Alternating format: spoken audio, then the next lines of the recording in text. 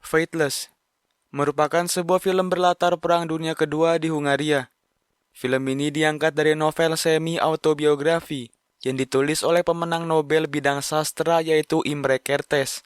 Film Fateless bercerita tentang seorang pemuda Hungaria bernama Georgi yang harus merasakan kejamnya kehidupan di kamp konsentrasi Nazi Jerman. Langsung saja, tanpa berlama-lama lagi, inilah dia kisah lengkapnya. Hungaria tahun 1942. Seorang bocah berumur 15 tahun bernama Georgi Koves baru saja pulang dari sekolahnya. Dia izin pulang lebih cepat karena ayahnya mendapat panggilan kerja paksa. Toko barang antik milik ayahnya terpaksa dijual kepada Tuan Suto karena dia akan pergi meninggalkan Hungaria.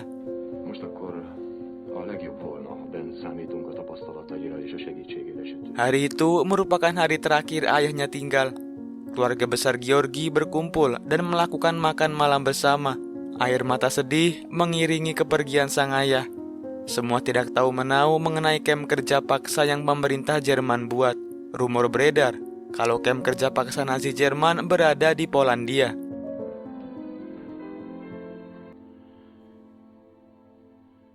Sebelum benar-benar berangkat, ayahnya memeluk Georgi dengan hangat. Ini merupakan pertama kali sekaligus terakhir kalinya Georgi dipeluk oleh sang ayah.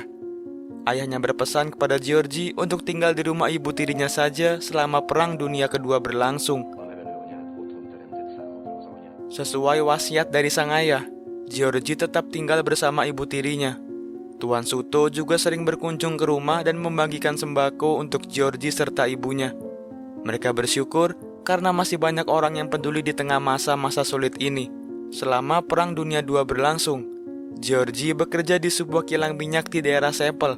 Singkat cerita, dia pergi ke tempat kerja dengan menggunakan bus kota. Tengah perjalanan, seorang polisi memberhentikan bus lalu menyuruh siapa saja yang memakai bintang kuning untuk turun.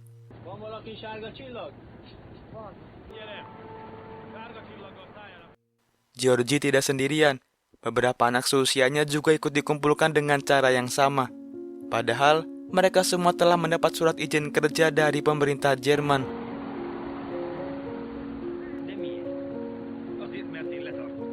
Mereka semua disembunyikan di dalam kabin, sampai polisi itu mendapat perintah selanjutnya. Si polisi terlihat sangat ramah dengan para anak-anak. Itu membuat Georgi dan kawan-kawan tidak menaruh curiga.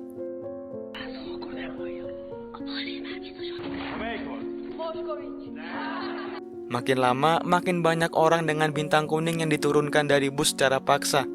Tak lama setelah itu, mandor di kilang minyak tempat Georgi bekerja datang, lalu meminta agar melepaskan bocah-bocah yang dia tangkap.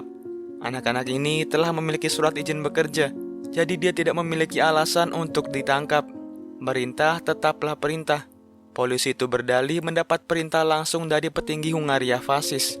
Setelah menunggu sekian lama, perintah baru akhirnya datang juga. Semua orang yang berkumpul diperintahkan berbaris menuju kota terdekat. Di sana mereka bergabung dengan orang Yahudi lainnya.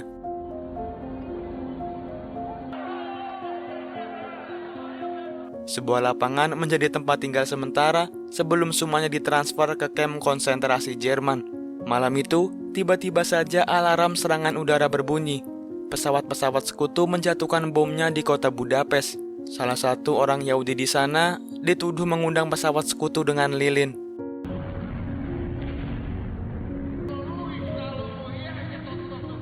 Keesokan harinya, mereka dibariskan di halaman dan satu persatu dipanggil masuk ke dalam kantor. Georgi terpaksa memberikan semua barang bawaan yang ia punya, mulai dari uang hingga jam tangan. Setelah seluruh barang bawaan dilucuti, mereka dikumpulkan di sebuah pabrik bata. Banyak rumor beredar kalau Polandia menjadi tujuan utama. Di sana telah dibangun kamp kerja paksa terbesar yang disebut sebagai Auschwitz. Tidak ada yang tahu apa yang sebenarnya terjadi di sana. Nasib mereka menjadi tidak jelas semenjak diturunkan secara paksa dari bis tempo hari.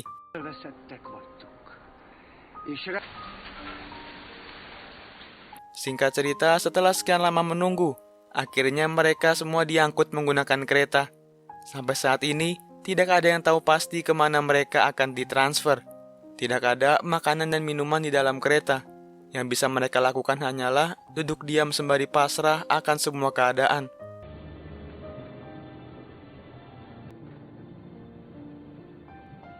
Tak terasa kereta telah tiba di perbatasan Hungaria. Kondisi mereka kian lemas karena tidak mendapat asupan makan dan minum seharian. Seorang tentara Hungaria tiba-tiba muncul meminta uang yang mereka punya. Salah seorang di sana akan memberikan uang jika dia membawakan 2 ember air. Namun si tentara malah marah-marah. Dia meminta uangnya terlebih dahulu jika tidak ingin mati kehausan.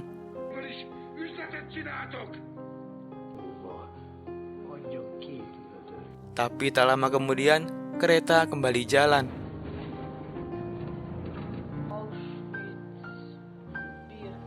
Singkat cerita, mereka tiba di kamp konsentrasi Auschwitz. Para tahanan dipilah-pilah menjadi beberapa kelompok. Georgi berhasil bergabung dengan teman-temannya. Georgi pesimis tidak bisa bertahan lama di sini, karena ini merupakan kamp pemusnahan. Beberapa kamar gas ditemukan di kamp itu. Bisa saja mereka akan menjadi korban sewaktu-waktu. Beberapa hari kemudian, Georgi dipindahkan ke kamp kerja paksa Buchenwald, sebuah kamp yang terletak di dataran tinggi. Georgi diberikan sebuah seragam bertanda segitiga kuning dengan huruf U di dalamnya. Itu menandakan kalau Georgi berasal dari Hungaria. Tak lama setelah dia tiba di Buchenwald, Georgi harus rela kembali dipindahkan ke Zeitz. Kamp konsentrasi Zeitz merupakan salah satu subkamp Buchenwald. Di dalam kamp inilah, Georgi bertemu dengan Bandi Sitrom.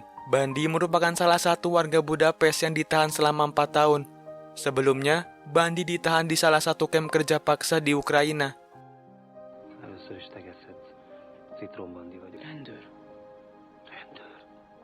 Tiba-tiba saja, sang kapo mendatangi Georgi lalu menamparnya dengan keras lantaran berisik.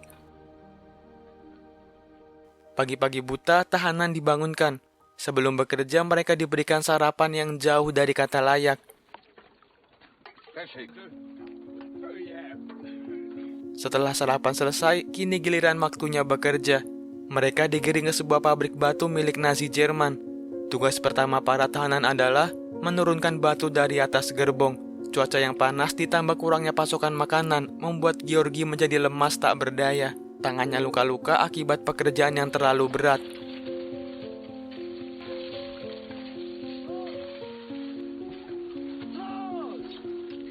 Bandi memberikan tips cara bertahan hidup di kamp ini. Pertama, Georgi harus rajin mandi walaupun cuaca sedang dingin. Hal itu bertujuan menghilangkan jamur serta kutu sumber penyakit. Kedua, Georgi harus menyimpan setengah jatah sarapannya. Hal itu bertujuan jika ada kondisi yang genting, Georgi masih memiliki cadangan makanan. Kelaparan menjadi musuh utama dalam kamp ini. Walaupun hidup dalam tekanan berat, Bandi tetap tersenyum menjalani kehidupan di kamp ini. Dia bersyukur masih diberikan hidup oleh Tuhan.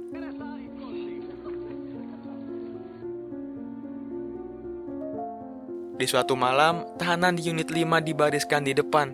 Beberapa dari mereka berhasil kabur sehingga mereka terpaksa berdiri seharian sampai tahanan yang kabur tertangkap kembali. Malam berganti siang, dan tidak ada titik terang dari masalah ini.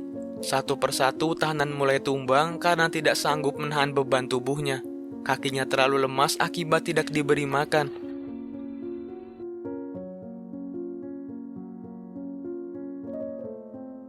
Akhirnya, setelah menunggu lama seharian, tahanan yang kabur berhasil ditangkap. Para tahanan langsung digiring ke pabrik guna melanjutkan pekerjaannya. Georgi yang kelaparan melihat tentara SS yang sedang makan dengan lahapnya.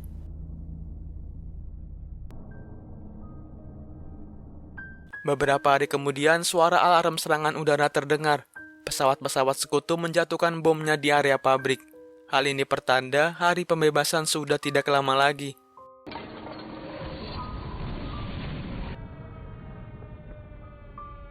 Setelah suasana kondusif, mereka kembali melanjutkan pekerjaannya. Georgi tanpa sengaja menjatuhkan satu sak semen karena tidak memiliki tenaga yang cukup. Dia pun harus rela dimarahi oleh pasukan SS.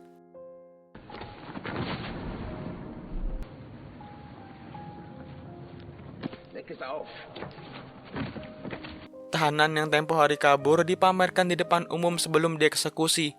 Kapo mengumpulkan para tahanan untuk menyaksikan hukuman mati. Karena percobaan kabur ini, mereka tidak akan diberi makan hingga waktu yang belum ditentukan. Hari-hari yang berat terus Georgie lalui. Belum ada tanda-tanda kedatangan sekutu ke camp ini. Makanan semakin dibatasi, pekerjaan juga kian menumpuk. Hal itu tentunya membuat satu persatu tahanan tewas sia-sia. Tubuh Georgie semakin lemah, sampai kakinya tidak bisa menopang berat tubuhnya. Lutut Georgie ternyata sudah membengkak, sehingga dia harus dibawa ke klinik.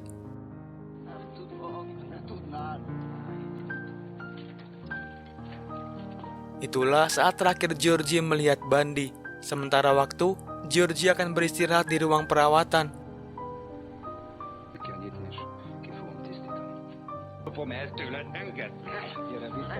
Teman lama Georgie juga dirawat di sana. Tubuhnya lemas karena dehidrasi berat.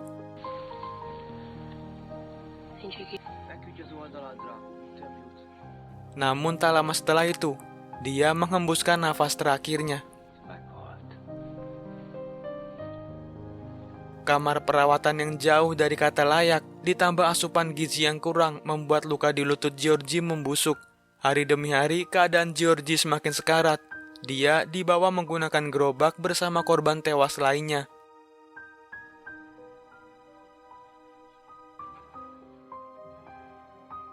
Namun, salah satu perawat menggendong Georgie ke ruang perawatan yang lebih layak milik Waffen SS.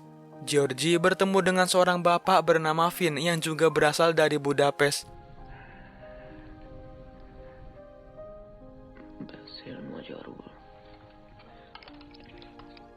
Malam harinya, terdengar pengumuman kalau pasukan sekutu kian mendekat. Seluruh pasukan SS di camp ini diperintahkan untuk mundur. Dengan begitu, berakhir sudah penderitaan di dalam camp ini.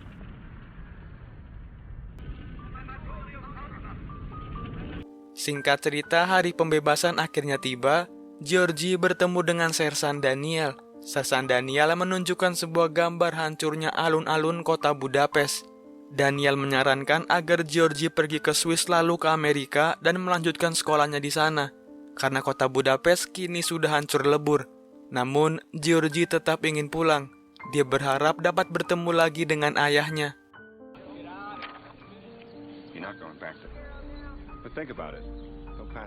Tahanan Hungaria yang tersisa dikumpulkan dan akan diantar kembali ke negaranya. Tapi mereka hanya diantar sampai kota Dresden, karena bagian timur Eropa sudah dikuasai oleh Uni Soviet.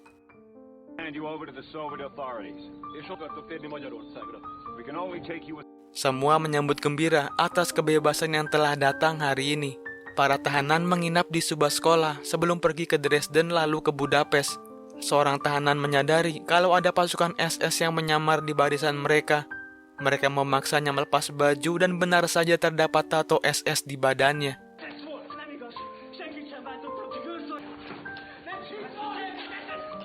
Namun Kobino selaku ketua dari kelompok Hungaria ini berencana membawanya ke otoritas Uni Soviet. Keesokan harinya, mereka berhasil mencapai kota Dresden. Kota Dresden dulunya adalah salah satu kota industri terbesar. Namun sekarang kota itu telah rata dengan tanah. Menjelang akhir Perang Dunia Kedua, sekutu menembakkan artileri ke kota ini. Diperkirakan 135.000 orang tewas dalam serangan itu. Singkat cerita, akhirnya Georgie kembali menginjakan kaki di kota Budapest. Dia langsung disambut dengan seorang wartawan yang menanyakannya mengenai kamar gas. Georgie mengatakan, Buchenwald tidak memiliki kamar gas, tapi kemungkinan Auschwitz memiliki banyak kamar gas.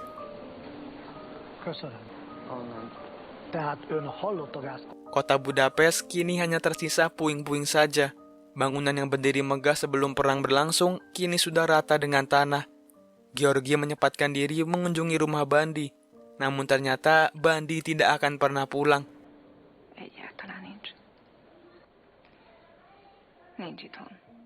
Tak punya pilihan lain, Georgie melangkahkan kaki ke rumah ibu tirinya.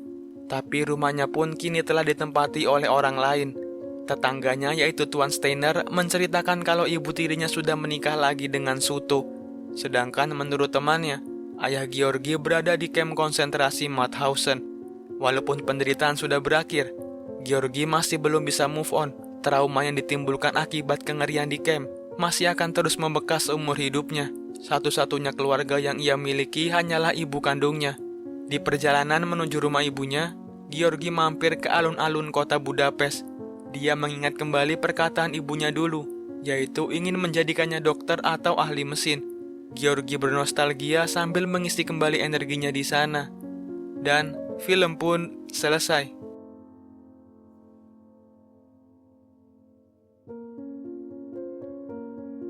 Dalam kurun tahun 1941 sampai 1945, 564.000 orang Hungaria dijebloskan ke kamp konsentrasi. 434.000 orang diantaranya merupakan orang Yahudi, sedangkan yang lainnya merupakan etnis Gypsy, komunis, dan kriminal. Segitu aja kira-kira alur cerita dari film kali ini. Semoga kalian suka dan sampai jumpa di video seru lainnya.